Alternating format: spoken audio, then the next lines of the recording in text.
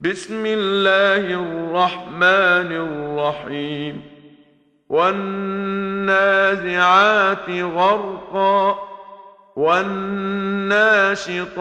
نشطا والسابحات سبحا فالسابقات سبقا فالمدبرات أمرا يوم ترجف الراجفة تتبعها الرادفة قلوب يومئذ واجفة أبصارها خاشعة يقولون أئنا لمردودون في الحافرة أئذا كنا عظاما نخرة قالوا تلك إذا كرة خاسرة فإنما هي زجرة واحدة فإذا هم بالساهرة. In the name of Allah, the Beneficent, the Merciful. By those who drag forth to destruction, by the meteors rushing, by the lone stars floating, by the angels hastening, and those who govern the event, on the day when the first trump resoundeth and the second followeth it, on that day hearts beat painfully, while eyes are downcast. Now they are saying, shall we really be restored to our first state, even after we are crumbled bones? They say, then that would be a vain proceeding. Surely it will need but one shout, and lo, they will be awakened. هل أتاك حديث موسى إذ ناداه ربه بالواد المقدس طوى اذهب إلى فرعون إنه طغى فقل هل لك إلى أن تزكى وأهديك إلى ربك فتخشى فأراه الآية الكبرى فكذب وعصى ثم أدبر يسعى فحشر فنادى فقال أنا ربكم الأعلى فأخذه الله نكال الآخرة والأولى إن في ذلك لعبرة لمن يخشى. Hath there come unto thee the history of Moses, how his Lord called him in the holy vale of Tuwa, saying, Go thou unto Pharaoh, lo, he hath rebelled, and say unto him, Hast thou will to grow in grace? Then I will guide thee to thy Lord, and thou shalt fear him. And he showed him the tremendous token. But he denied and disobeyed, then turned he away in haste, then gathered he and summoned, and proclaimed, I, Pharaoh, am your Lord, the highest.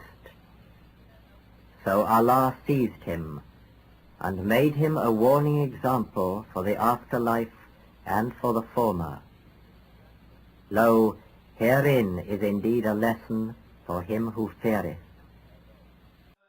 أأنتم أشد خلقا أم السماء بناها رفع سمكها فسواها وأغطش ليلها وأخرج ضحاها والأرض بعد ذلك دحاها أخرج منها ماءها ومرعاها والجبال أرساها متاعا لكم ولأنعامكم فإذا جاءت الطامة الكبرى يوم يتذكر الإنسان ما سعى وبرزت الجحيم لمن يرى فأما من طغى وآثر الحياة الدنيا فإن الجحيم هي المأوى وأما من خاف مقام ربه ونهى النفس عن الهوى فإن الجنة هي المأوى يسألونك عن الساعة أيان مرساها فيم أنت من